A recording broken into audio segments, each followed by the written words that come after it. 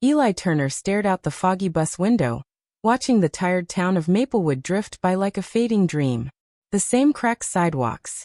The same corner store with the broken neon sign. The same half-frozen puddles reflecting gray skies. He pulled his hoodie tighter. His math test, now crumpled in his backpack, felt like it weighed 1,000 pounds. Another F. Another red pen slicing through his hopes like a knife. He was 15. A sophomore. And every classroom felt like a battlefield he didn't ask to enter. Inside Maplewood High, the fluorescent lights hummed too loud. Lockers slammed like thunder. Laughter echoed in hallways Eli didn't belong in. He wasn't dumb. At least, not deep down. But he couldn't spell that out loud. Not when the world kept erasing him. "Mr. Turner," came the cold voice. "Mrs. Pratt, English teacher." A woman with a haircut as sharp as her tone. She held his paper like it was contaminated. "This is your third failing paper in a row." Eli avoided her eyes. He could feel everyone looking. "Your paragraphs run in circles. No clear thesis. And your grammar." She trailed off with a sigh that scraped his pride raw. "I honestly don't know if you're trying." He was trying. Hours at home staring at the blinking cursor. Writing, deleting, rewriting. But his words always sounded stupid. Or empty. Or worse, invisible. "I'm sorry," he muttered. "That won't help you in the real world," she snapped. "At this rate, you'll be lucky to pass the year." Laughter snuck out from the back row. Eli didn't look, but he knew it was Josh and Trevor, the smart kids who'd been in advanced classes since middle school. They never let him forget he was behind. "Have you considered a vocational track?" Mrs. Pratt continued. "Maybe manual work suits you better." Eli's jaw clenched. Not because there was anything wrong with manual work. His dad worked at the lumber yard and was the hardest man Eli knew. But the way she said it. Like he was already a lost cause. At home, things weren't easier. His dad was always tired. His mom was working 2 jobs since they laid off the bakery staff. Dinner was often quiet, microwaved leftovers and long silences. The only light in the house came from the TV or the small lamp beside Eli's bed. School called again that week. A parent-teacher meeting. His mother's sigh said it all. "You know we're doing everything we can, Eli. You just gotta meet us halfway." "I am," he said quietly. But trying was invisible in a world obsessed with scores. One night, after failing yet another science quiz, Eli sat on his bedroom floor, back against the wall, flipping through his worn notebook. The pages were filled with doodles, thoughts, rants, things he never turned in. Words that weren't school-worthy. But they were his. He flipped to a page he titled, "Things I Want That I Can't Say Out Loud." I want someone to believe I'm not stupid. I want to understand how everyone else just gets it. I want to do something big. Even if no one expects it from me. His eyes burned. He tossed the notebook aside. That night, he dreamed he was running, sprinting through a forest, chased by red letters and test scores.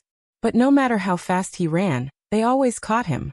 Next day, the school counselor, Ms. Rivers, called him in. "Eli," she said, kind but cautious. "Your teachers are concerned." He nodded. She leaned in. "But I'm not giving up on you." His eyes flickered up. "I read your journal entries from writing class," she said. "They weren't perfect, but they were real." He shrugged. "Doesn't matter. I still failed." "You failed a test. Not your voice." She handed him a pamphlet for a weekend workshop, a creative writing program hosted at the local library. No grades. Just storytelling. Think about it. That night, he sat with the pamphlet under his pillow, unsure if it was a joke or a lifeline.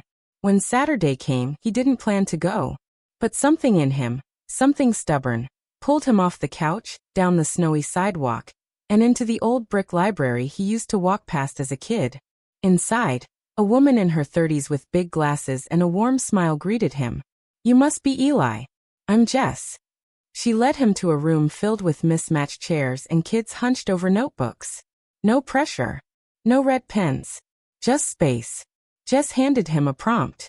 "Write about the one moment you wish you could go back and change." His hand hesitated. Then it moved. The words came out clumsy. But they came. About the first time he got laughed at for reading slow. About how he started pretending he didn't care, just to survive. When he finished, Jess didn't critique. She smiled and said, "There's power in that voice."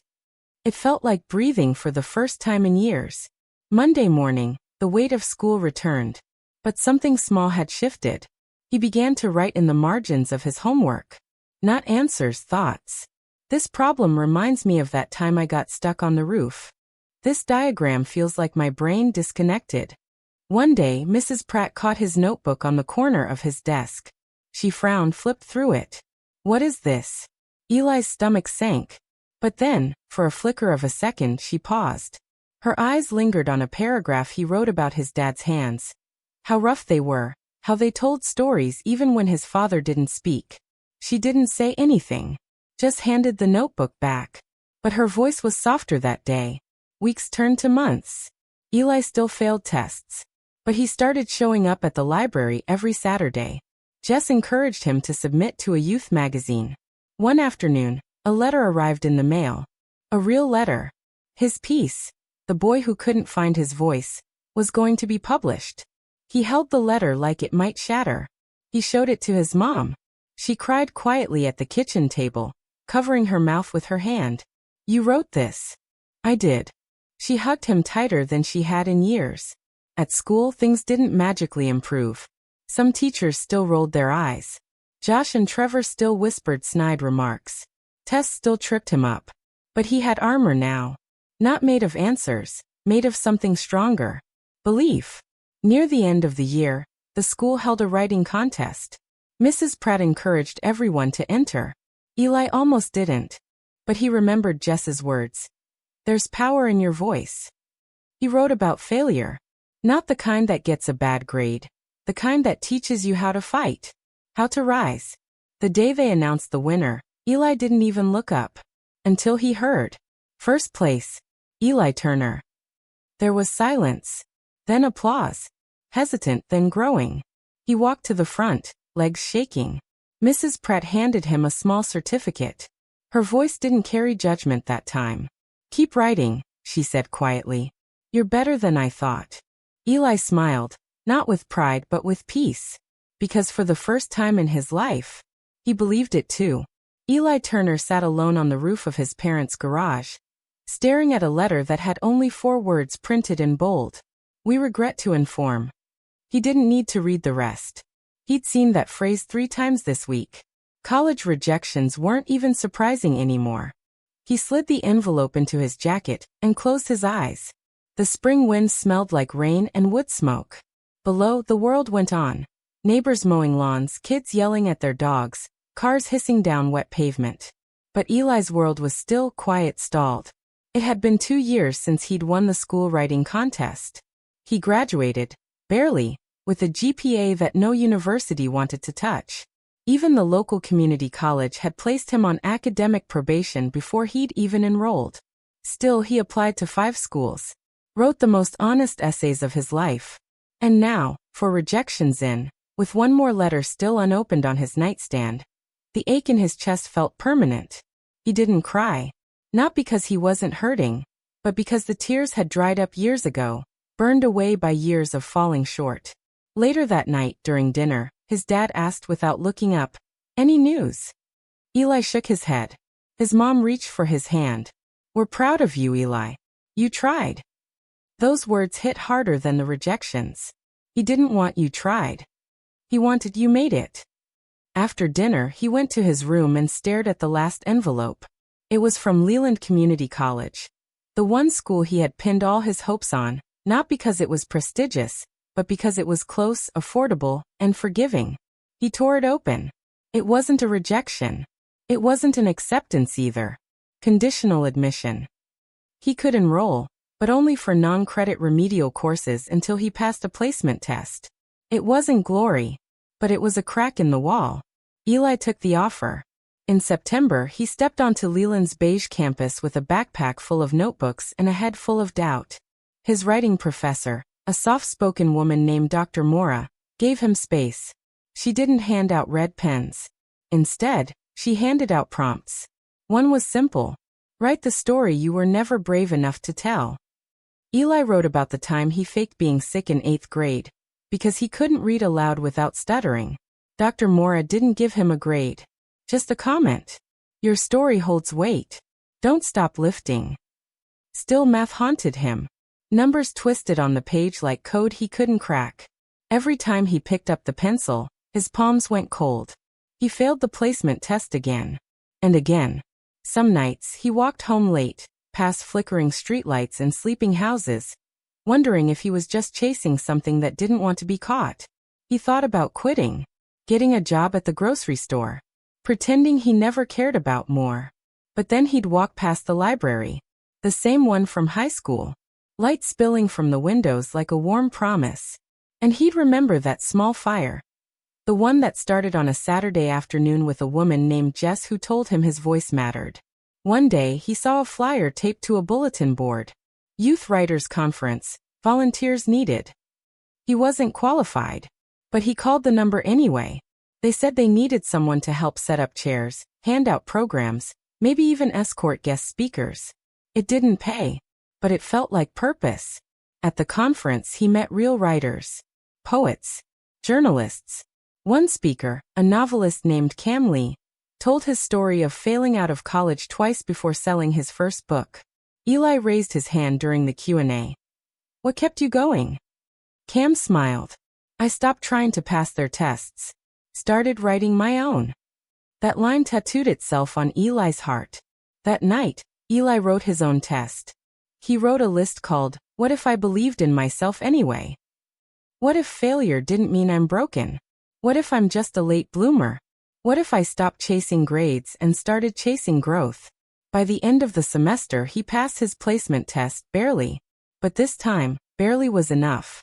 He moved into credit courses, took intro to creative writing, public speaking, psychology. His grades weren't perfect, but they were his. He started tutoring other students who struggled in English. Not because he was an expert, but because he understood what it felt like to be lost. He began publishing small articles in the campus blog. One went viral. To the kid who keeps failing, this letter is for you. Comments poured in. This is literally me. Crying in the library right now. I've never felt so seen. One afternoon, while he was wiping down tables at the campus cafe, a professor approached him. You're Eli Turner, right? The one who wrote that letter? Yeah, Eli said, cautious. I read it. My daughter sent it to me. She's 16. She hates school. But she said your words made her feel less alone. Eli didn't know what to say, so he just nodded. The professor smiled. Keep going. In his second year, Eli applied for a creative writing scholarship. He almost didn't submit. He stared at the application for days, scared of another no. But he remembered Cam Lee's words. Write your own test. He sent in an essay titled The Boy Who Failed Every Test But Never Gave Up. 2 weeks later, an envelope arrived. Congratulations. A real one. Not conditional. Not red ink. A door, finally, fully open. He called his mom. She screamed so loud he had to pull the phone away. His dad got on the line next. You did it, son. And for the first time, Eli believed it. Eli Turner thought graduating college would feel like winning. Like crossing a finish line with hands raised high. A cheering crowd. A clean new chapter. But instead it felt quiet. He walked off that stage with his degree in one hand, and a dozen resumes in the other. No offers. No interviews. No celebrations. Just more applications. More waiting. More silence. His first job came 3 months later. It wasn't in writing. It wasn't in anything creative. It was customer support at a cable company. His job? Apologize for things he couldn't fix. Sorry about the service outage. I understand your frustration. We appreciate your patience. He wore a headset, sat in a cubicle, ate lunch in his car just to get some air. But at night he wrote. He kept a worn journal under his bed. Every page carried whispers of who he still wanted to be. Stories, dialogues, pieces of dreams not yet born. Sometimes he stared at those pages and wondered, is this it? Is this what it means to be an adult? His friends moved on. Better jobs. Apartments with skylights and big windows. engagements, promotions, business cards with real titles. Eli had none of that. But he had a story. One he hadn't told yet. Not to the world. Not even to himself fully. One night, while scrolling through job boards, he saw a post. Seeking young writers, mental health blog, paid work. It was just a small startup. Low pay. Few readers. But the topic hit deep. He applied. In the application, instead of a resume, he submitted his viral college piece. To the kid who keeps failing, this letter is for you. The editor called him 2 days later. You ever written about anxiety? She asked. He laughed. I've lived it. His first published post got 5 likes. The second got 20. The third got 1 comment. I needed this today. Thank you. That 1 comment meant more than all the likes in the world. He kept writing, between shifts, during commutes, late into the night. He wrote about test failure, self-worth, imposter syndrome, the shame of not making it fast enough. He wrote like a big brother talking to the version of himself who cried behind bathroom stalls in high school. Then one morning, everything changed. He received an email with the subject. Your article saved my life. A girl named Melissa, 17, dropped out of school. Read his blog at 3 a.m. when she was ready to give up. She found hope in his words. Eli sat on his apartment floor, phone in hand, staring at that message until tears hit the carpet. Maybe he wasn't changing the world. But maybe he was helping someone find the strength to stay in the world. And maybe, just maybe, that mattered more than titles, promotions, or glossy success stories. Still, the money was tight. He ate $1 menu dinners. Walked instead of driving. Canceled Netflix. Took freelance gigs editing resumes for other people chasing dreams of their own. He doubted himself. Often. He'd look at his bank account and think, I'm broke. He'd scroll Instagram and think, I'm behind. He'd hear his old teacher's voice whisper, you'll never be anything. And it would sting. Even now. Even years later. But then he'd get another email. Another message. Another stranger thanking him for saying what they couldn't. He realized he was building something. Not fast. Not flashy. But real. One fall, he was invited to speak at a community college workshop. Topic: turning pain into purpose. He almost said no. I'm not a speaker, he told the organizer. You're a survivor, she replied. That's what we need. He stood in front of 30 students. Hands trembling. Mouth dry. He told them about failing every test. Being called stupid. Getting rejection after rejection. About customer service jobs and peanut butter dinners, and all the nights he almost quit.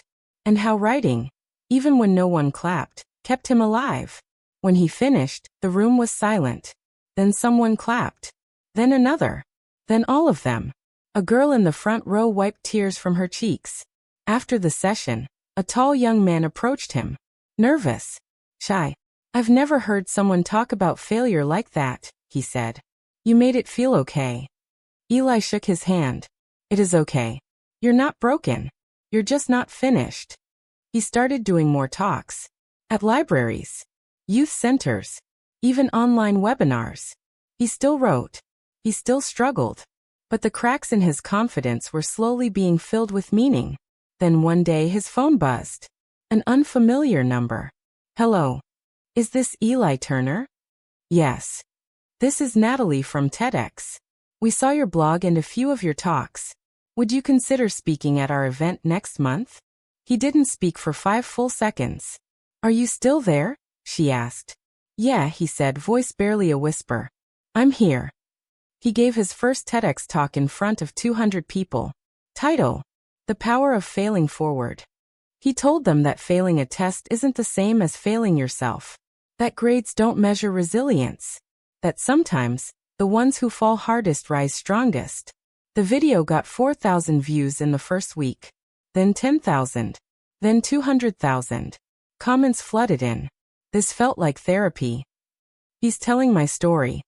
I failed school, but I'm not giving up. Eli's world wasn't perfect. He still didn't have much money. He still lived in a small studio apartment with peeling paint and second-hand furniture. But he had something more valuable. Purpose. And he had earned every inch of it. Then one morning he received a letter. A handwritten one. The name on the envelope made his heart stop. Mr. Dalton. His old teacher. The one who said he'd never be anything. With shaking hands, Eli opened it. Eli, I've watched your TEDx talk 3 times.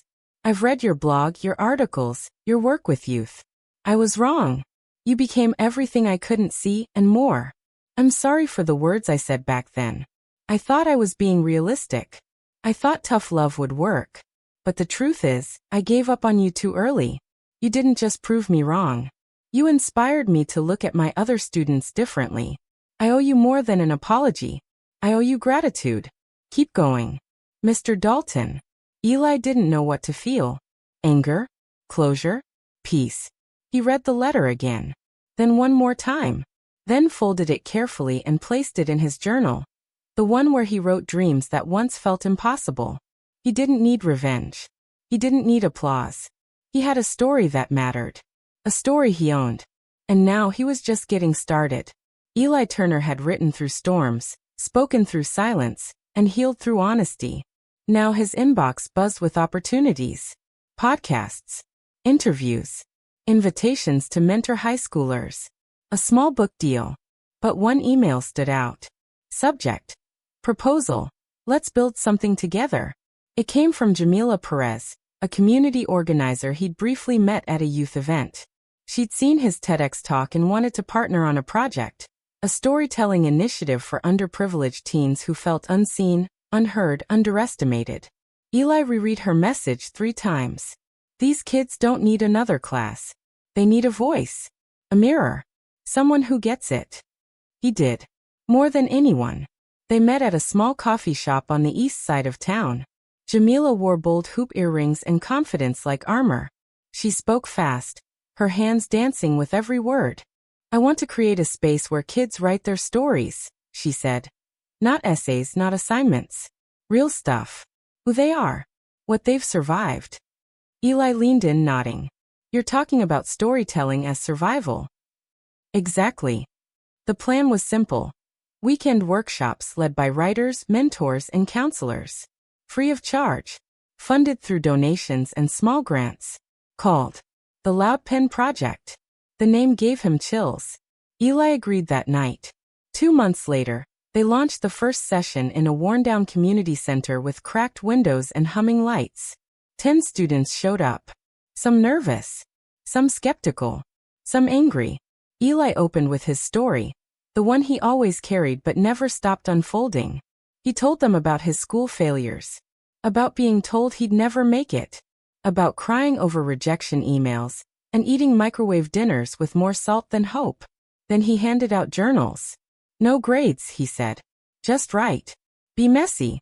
Be mad. Be real. A boy in the back scoffed. This won't change anything. Eli smiled. Maybe not today. But trust me. Your voice matters more than you know. The room was quiet at first. Then, like slow-burning embers, the stories began to rise. One girl wrote about losing her brother to gun violence. A boy confessed he hadn't seen his mom in 3 years. Another wrote a poem about feeling invisible at school, even in a room full of people. By the 3rd week, the kids didn't want to leave when time ran out. Eli walked home each night with pages of pain in his backpack and hope swelling in his chest. Word spread. More teens signed up. Volunteers joined in. Donors started noticing. A local newspaper ran a small feature. From Failure to Firestarter. How Eli Turner is giving teens their voice back. He clipped the article and taped it to his fridge with a magnet shaped like a pen. But the real moment came on a rainy Thursday. After a workshop, one student lingered behind. A quiet boy named Corey who barely spoke. He handed Eli a folded paper. Eli opened it and read. I was going to give up. But you said I'm not broken. Just not finished. So I'm going to keep trying. Eli didn't say anything. He just pulled Corey into a hug. That night, Eli walked home in the rain without an umbrella. He didn't care. The water soaked through his hoodie and jeans, but inside he was on fire. He called Jamila the next day. I think this is bigger than we thought. She laughed. That's the idea, Eli. They started raising money. Small donations from teachers, artists, even former students who'd read Eli's blog years ago. One of his old college professors sent $500 with a note. "You were never failing, you were learning." With the funds, they rented a permanent space downtown, painted the walls bright colors, stocked books, bought better chairs, installed soundproof booths so students could record their poems and essays. They called it the Loud Room, a space where silence couldn't win anymore. Eli worked harder than he ever had, teaching workshops, editing stories, planning events, speaking at fundraisers, writing new blog posts between all of it. Sometimes he forgot to eat. Sometimes the pressure made him sick. But every time he saw a student read their story out loud, voice shaking but rising, he remembered why he started. One day, Jamila approached him with a grin and a large envelope. "What's this?" he asked. "A nomination." He blinked. "For what?" "CNN Heroes." He stared at her. I mean that's for people who change lives," she said. "Exactly." Months passed. The project grew. Schools started calling. Teachers wanted the workshops. Parents wrote emails thanking Eli for reaching their kids in ways they never could. Then came the message that froze him mid-sentence. It was from his old high school. "We'd love for you to come back and speak to our students and staff." His throat tightened. He reread it again and again. Back to the place that broke him? Back to the halls where he was a punchline? Back to Mr. Dalton's classroom? He said yes, because something deep inside told him, "You've healed enough to return, not in pieces but whole." The auditorium was smaller than he remembered. Rows of students, some whispering, others yawning. Teachers lining the back wall. Then he saw Mr. Dalton, older, grayer, holding a clipboard and a bowed head. Eli's heart thundered. His palms were ice. But he stepped onto that stage. And he spoke. He told them about the pain, the shame, the failures. He told them about Corey, Melissa, the Loud Pen Project, the kids writing their way out of silence. He didn't name names. But he said this. Sometimes, the world tells you you're nothing because it can't see your tomorrow. But you have one. I promise you do. Silence followed. Then applause. Louder than expected. Afterward, students rushed up to shake his hand. But Mr. Dalton didn't move. Just stood there, eyes glassy. Then he walked up. "I don't expect forgiveness," he said. "But I do want to thank you for becoming the teacher I never was." Eli didn't speak. He just nodded. That was enough. Outside the school, Eli leaned against a brick wall and took a deep breath. It was done. Not just the speech. The weight. He didn't need revenge. He didn't want it. He wanted change. And he had become it. That night, back in the Loud Room, a girl named Tasha read a piece that made everyone cry. It ended like this. "Someone once said I'd never shine. But now I'm writing my own stars." Eli smiled. She didn't know how perfect that was. The Loud Pen Project expanded nationally the following year. Partnerships. Online workshops. A YouTube channel where students read their stories. Thousands watched. Thousands felt seen. And Eli Turner, the boy who failed every test, stood not behind a desk or a camera, but beside the next generation. Not grading them, but growing them. The auditorium was massive. Rows of velvet chairs stretched into the shadows. The golden ceiling arched like a cathedral. Spotlights swept across the crowd, illuminating faces both familiar and foreign. Eli Turner stood backstage, adjusting the lapels of his jacket. His heart pounded so loudly he could barely hear the host's voice echo through the speakers. Tonight's final honoree is someone who turned failure into fire, who gave a generation of unheard youth the courage to speak. Eli closed his eyes. He didn't want to be here for glory. He didn't chase awards. He chased impact. Real, raw, painful, beautiful change. But this moment wasn't just for him. It was for every student who'd felt invisible. It was for the boy in the back row who couldn't read aloud without stuttering. For the girl who wrote poems on napkins because her parents said writing wouldn't feed her. For the one still trying. Still failing. Still showing up. Please welcome CNN Hero of the Year Eli Turner. Thunderous applause. He stepped into the light. Blinded. Exposed. Honored. The walk to the podium felt like slow motion. Not because of nerves. Because of memory. Each step took him deeper into his past. He saw himself, 12 years old, chewing his pencil, hands sweaty, heart racing before a spelling test he knew he'd fail. Then again at 16, sitting in detention after snapping at a teacher who mocked his handwriting. Then 18, college rejection letter in one hand, acceptance into a factory shift in the other. All those moments, they hadn't been dead ends. They were the detours that shaped him. The mic was warm. The stage was quiet. Cameras blinked like stars. He took a breath. Most people know my story starts with failure, he began.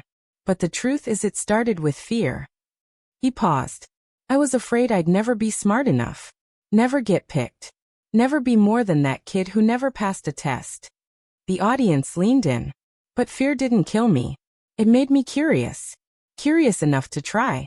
Curious enough to fall. Curious enough to get up again. He smiled. And in that curiosity, I discovered something wild. I didn't need to be perfect. I just needed to be persistent. He shared how the Loud Pen Project now served over 40 schools across the country. How students who once hated writing now led workshops. How one kid just published his first book. How another got a full scholarship based on a poem about his father's deportation. He shared how pain turns into purpose, if you let it breathe. Then he said what he hadn't planned to say. I don't believe in prodigies. I believe in late bloomers. The crowd nodded. And I don't believe in being gifted. I believe in being given a chance. Applause rose. Eli ended with this. I failed every test they gave me. But I passed the one I gave myself. The test of not giving up. And tonight I hope you remember. If you're still trying, still breathing, still rising, you've already won. Standing ovation. Tears. Cheers. Somewhere in the audience, Jamila clapped with both hands over her head, her eyes gleaming. Later, at the banquet, a woman approached Eli. Mid-40s, warm smile, wearing a pin with a tiny apple on it. Mr. Turner, she said. I'm the new principal of Brookhaven High. His old school. I've been reading about you for years, she continued. I wanted to say, your story is required reading in our freshman orientation now.